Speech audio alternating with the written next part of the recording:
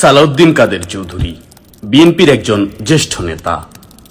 মুক্তিযুদ্ধ চলাকালে ১৯৭১ সালে সংগঠিত মানবতাবিরোধী অপরাধের অভিযোগে অভিযুক্ত হন ঠিক ৪০ বছর পর। ২০১০ সালে আওয়ামী লীগ সরকার আন্তর্জাতিক অপরাধ ট্রাইব্যুনাল গঠন করে এবং ২০১১ সালে চট্টগ্রামে সংগঠিত হত্যা, গণহত্যা, অগ্নিসংযোগ ও নির্যাতনের অভিযোগে তার বিরুদ্ধে মামলা দায়ের করা হয়।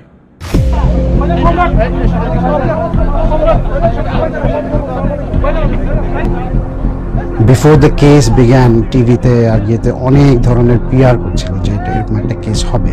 তখন আমার এখনো মনে আছে যে আই গট নার্ভাস যে আব্বার নাম কেন আসছে, কারণ আমরা কোনো সময় মানে আব্বাকে যে জড়াবে এইসব জিনিস এটা আমরা কোনো সময় ভাবতে পারিনি। তো এটা যখন টক শোতে যখন আসা শুরু করলো, আব্বার নাম আসা শুরু করলো, আই রিমেম্বার আব্বাকে আমি কয়েকবার উনি he did not take it seriously, একদম আনপ্রিপেয়ার্ড ছিল। His signature identity was সবকিছু মেনে নিব, কিন্তু ভিন্ন দেশের গোলামি আমরা সহ্য করব না। আমরা বুঝলাম ট্রাইব্যুনালটা যখন গঠন হয়ে যায়, হঠাৎ করে আব্বার নাম ঢুকায় একটা বাস পুরানোর একটা কেসে। কি হয়, নর্মাল আইনে হয় যে prosecution must prove the case. এটা মানে পুরা জিনিসটা কিন্তু প্রসিকিউশনের উপরেই কিন্তু ভরটা থাকে, রেসপন্সিবিলিটি থাকে। কিন্তু আব্বার ফাইনাল জাজমেন্টে অ্যাপেলেট ডিভিশন থেকে বলেছে যে the defence must prove his alibi.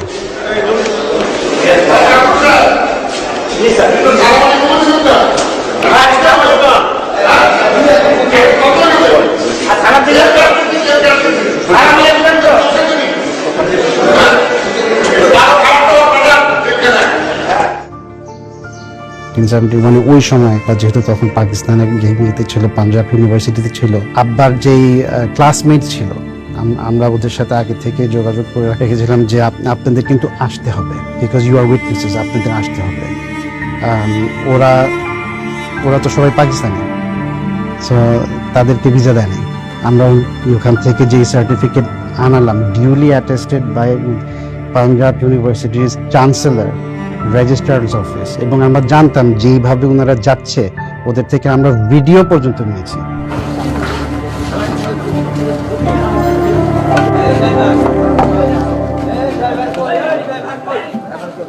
স্কাইপের বিষয়টা ইট ওয়াজ রিয়েলি শকিং।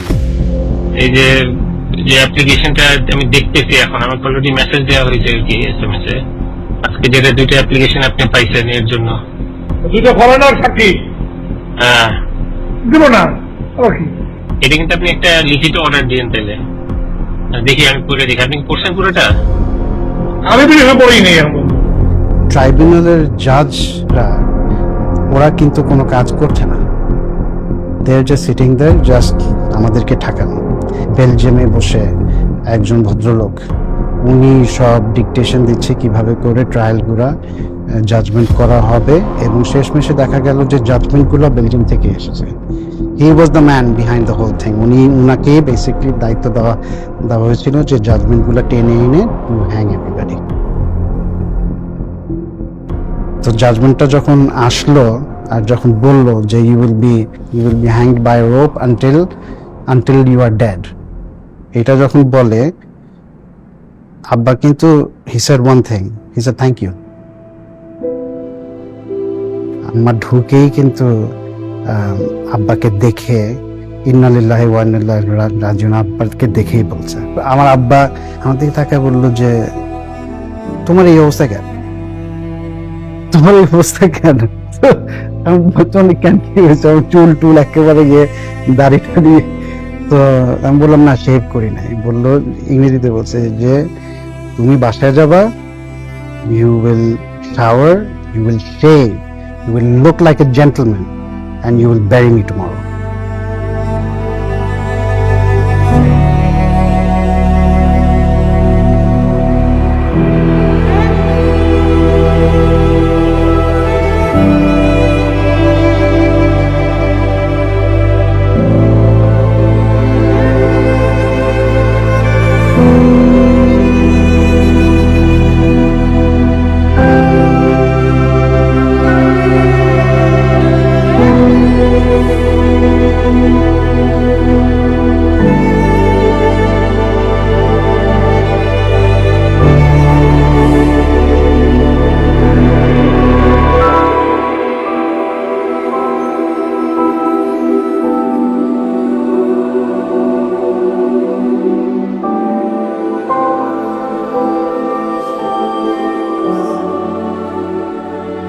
অবশেষে 21 নভেম্বর রাতের শেষ প্রহরে পরিবারের সঙ্গে শেষবারের মতো সাক্ষাৎ করার পর 22 নভেম্বর 2015 সালের ভোরে ঢাকা সেন্ট্রাল জেলে তার মৃত্যুদণ্ড কার্যকর করা হয়।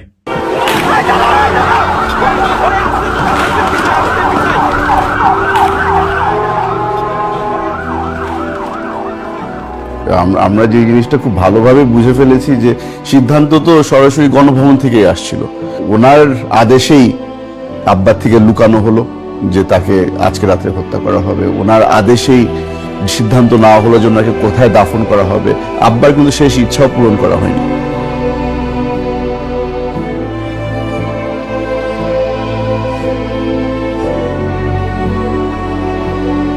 সবকিছুর পরে যখন দেখলো যে এখানে তো সালাউদ্দিন কাদের চৌধুরীকে হত্যা করেও শেষ হচ্ছে না, নেক্সট জেনারেশনকেও ধরতে হবে, কারণ নেক্সট জেনারেশনের মধ্যে এখন আমাকে নিয়ে গেল, চেষ্টা করলো লিনিয়েজটা শেষ করে দেওয়ার জন্য।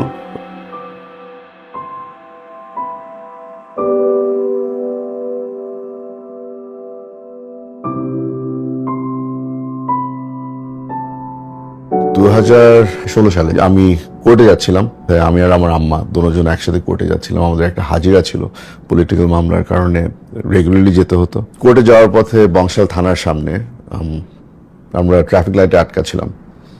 তখন হঠাৎ করে আমার গাড়ি ঘেরাও করে ফেললো 7-8 জন মিলে, সবাই সিভিল ক্লোথে ছিল। তবে ওদের স্ট্যান্ডার্ড যেই অস্ত্র ওটাও ছিল, আর কোমরের মধ্যে পিস্তল ছিল। মাইক্রোবাসের মধ্যে ঢুকলাম, গাড়িতে উঠানোর সাথে সাথে হাত ধরে আমাকে হ্যান্ডকাফ পরিয়ে দেওয়া হলো। আরো মনের মধ্যে বিশ্বাস তো বেড়ে গেল যে দিস ইজ ইট, এখন মেরে ফেলবে। টেনে আমাকে একটা রুমে নেওয়া হলো। রুমে নেওয়ার পরে এটা ছিল আমার এন্ট্রেন্স ইনটু আয়নাঘর।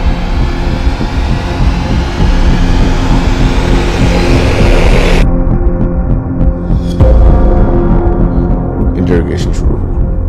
প্রথমে আমাকে জিজ্ঞেস করা হলো যে আমি সিআইএ এর সাথে কোনো যোগাযোগ আছে নাকি না, তারপরে জিজ্ঞেস করলো আমার রয়ের সাথে কোনো যোগাযোগ আছে নাকি না, তারপর আইএসআই, মানে এমন কোনো গোয়েন্দা সংস্থা বাকি ছিল না যাদের কথা আমাকে বলা হয়নি। তো আমিও, প্রশ্নগুলি ট্যারা ছিল, তো আমিও জবাব ট্যারা দেওয়া শুরু করলাম যে আপনারা আগে মাইন্ড সেট করে নেন যে আপনারা কি সিআইএ এর ব্যাপারে জানতে চান, না রয়ের ব্যাপারে জানতে চান, না আইএসআই। অবভিয়াসলি ওরা ওই মুডে ছিল না যে আমি তর্ক করবো আর তারা ওটা নিবে। মারধর শুরু হয়ে গেল, আবার উঠানো হলো, আবার বসানো হলো, আবার প্রশ্ন। আমি আবার আরো উত্তেজিত হয়ে যাচ্ছি। তখন আর একটু জোরে মার, হাতে মারছে, পিঠে মারছে। আমাকে দাঁড়া করালো, ওই যে কাপড় চেঞ্জ করেন।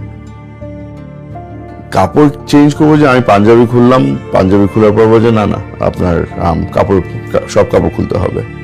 আমি খাই তখন আমার বক্সেস পরা, ছবি তোলা শুরু করলো আমার। এর থেকে হিউমিলিয়েটিং কিছু আর হতে পারে না।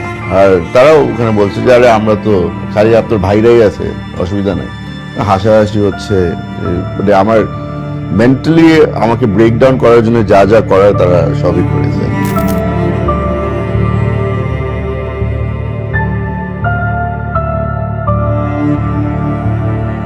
আমার সবচেয়ে কষ্টের সময় আয়নাঘরে আমি আব্বার সাথে কথা বলতাম, ভিভিডলি আব্বার সাথে কথা বলতাম, নর্মাল কনভারসেশন।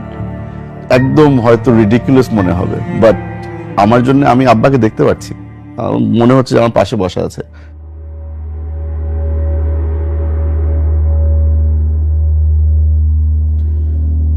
আমাকে হ্যান্ডকাফ পরানো হলো, ব্লাইন্ডফোল্ড করা হলো, আর জমটুপি পরানো হলো। এই জমটুপি যখন আমাকে পরানো হলো, আমার মনে হয় না আমার লাইফে আর এই ধরনের সিচুয়েশন কোনো সময় হবে যে মনে হবে যে আমি আসলে আমি দোজকে পৌঁছে গিয়েছি। কারণ জমটুপি থেকে রক্তের গন্ধ আসছিল, ঘাম আর রক্ত, তো একটা মেটালিক একটা স্মেল থাকে। তো এই জিনিসটা প্রত্যেক দিন যতবার বাথরুমে যেতে হবে এই জিনিসটা আমার ফেস করতে হতো। যতবার আমাকে ইন্টারোগেশন নিয়ে যাওয়া হচ্ছিল বলে তো আর নিয়ে যায় না। আর জমটুপির আপনার মাথার মধ্যে খালি একটা জিনিসই থাকে যে জমটুপির সাথে আপনি কানেক্ট করবেন chat।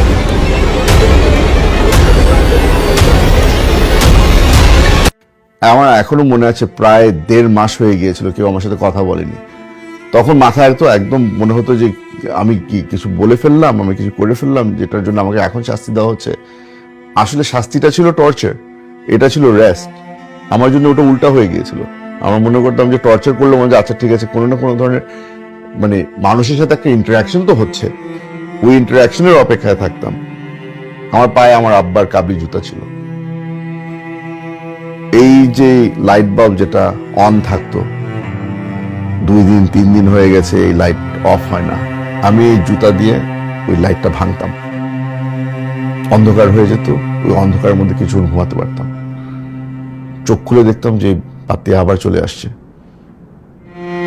একদিন লাইট ভেঙে অন্ধকারে ঘুমিয়েছিলাম, চোখ খুলে দেখে যে ওই জুতা আর নাই। ও আমার থেকে ওই জুতা নিয়ে গেল, আমাকে রাবারের চপ্পল দেওয়া হলো। বাইরের দুনিয়ার সাথে আমার অথবা আমার পরিবারের সাথে যে কানেকশন ওই জুতাই ছিল। মন পুরোপুরি ভেঙে গেল যে পরিবারের সাথে আর কোনো কানেকশন নাই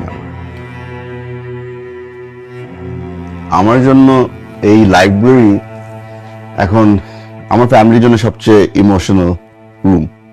আমরা যখন আব্বার সাথে কারাগারে দেখা করতে যেতাম, বেশি কিছু চেত না, খানা দানা ক্ষেত্রে এসব কিছু চেত না, বলতো যে বই এনে দেবা। আয়না ঘরে গিয়ে বুঝতে পেরেছি যে আসলে বইয়ের ভ্যালিউ কি।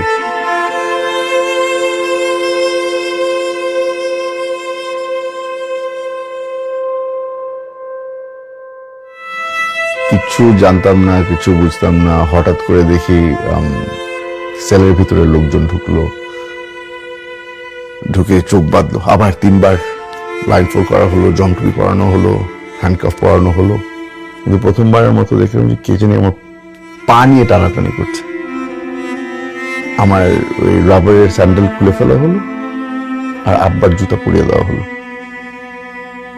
তখন বুঝলাম যে আচ্ছা এখান থেকে বাইরে নিয়ে যাবে। গাড়িতে উঠানো হলো, আবার 2 সাইডে 2 লোক। তো একজন আবার কোমরের মধ্যে অস্ত্র ধরলো। সামনে যে লোক সে হাসাহাসি করছিল আর সে বলল যে কি ভয় লাগে? আমি প্রিপেয়ার ছিলাম, না ভয় লাগে না। কেন?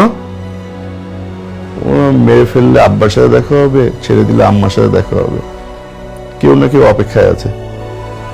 তো সে আবার হাসলো, হেসে পিছনের লোকে বলছে স্যার বলছিলাম না টাইগার টাইগার।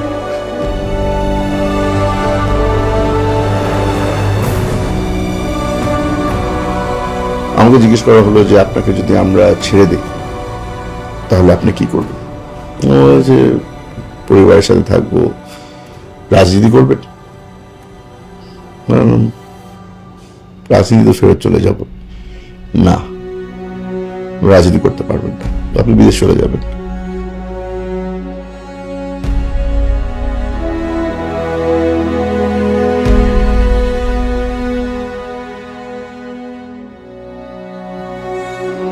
ট্রমা কেমনে করে একটা মানুষকে দুর্বল করে ফেলে, কেমনে একটা মানুষকে ভেঙে ফেলে, ওটা আগে বুঝতাম না, এখন বুঝি। মানুষ শুনলে মনে হবে যে আসলে পাগল হয়ে গেছি। গোসল করা আমার জন্য একটা বড় ট্রমাটিক জিনিস, কারণ ওই সেন্সেশন যে মাথার উপরে টপ টপ পানি পড়ছে, ওই জিনিসটা ফিল করলেই মনে হয় যে আমি আবার ফেরত আয়না করে চলে গিয়েছি।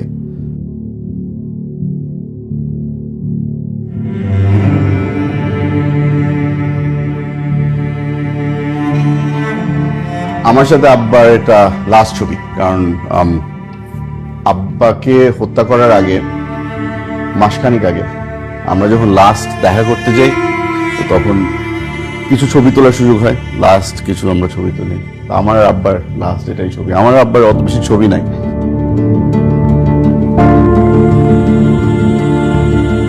আমার ওয়াইফ, অনেকজন তাকে এসে জিজ্ঞেস করেছিল আমি পরে শুনতে পেলাম অনেকজন বলছে কিসের অপেক্ষায় আছো, তোকে তো মেরে ফেলছে। কিসের অপেক্ষায় আছো, 5 মাস হয়ে গেছে, তোকে তো মেরে ফেলছে। But এখন বিশ্বাস করি যে দুনিয়ার যে সোলমেট বলে একটা জিনিস আছে না, আমার মন মানতো না, ও যে এখনো আছে। যতই বলুক না কেন, যেই বলুক না কেন এরকম মেরে ফেলছে, বলতো যে আছে আর আসবে।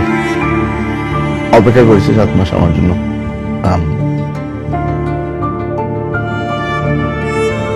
সিকিউরিটির জন্য আমার ওই একটা কুকুর, ও না থাকলে হয়তো আমি পাগল হয়ে যেতাম। যখন প্রথমবার বাসায় ঢুকি, তখন কুকুর আমার ওয়াইফের সাথে থাকে, ও দেখে আমাকে চিনেনি। 10 মিনিট পরে পাগলের মতো গোল গোল ঘুরছে, আমি ওকে আর ছাড়ি না।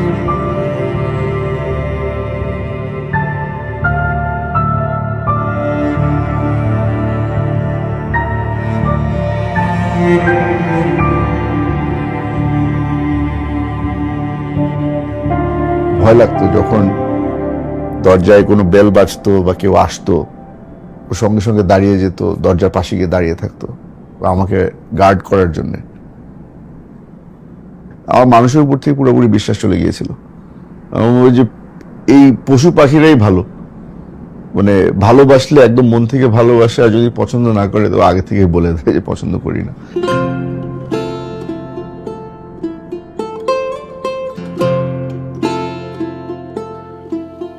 আমরা সকলেই একটা স্বপ্ন দেখেছিলাম যখন আমরা আয়নার ঘরে ছিলাম, বুলডোজারের সিটে বসে এই বিল্ডিং গুলাকে কিভাবে করে আমরা ভাঙবো, অন্যরা ভাঙবে না, আমরা ভাঙবো, যারা সার্ভাইভ করেছে এই টর্চার। কারণ এটাই হচ্ছে কি আসল কন্ট্রোল আমাদের জন্য, আমাদের রিকভারি হবে এটা থেকে।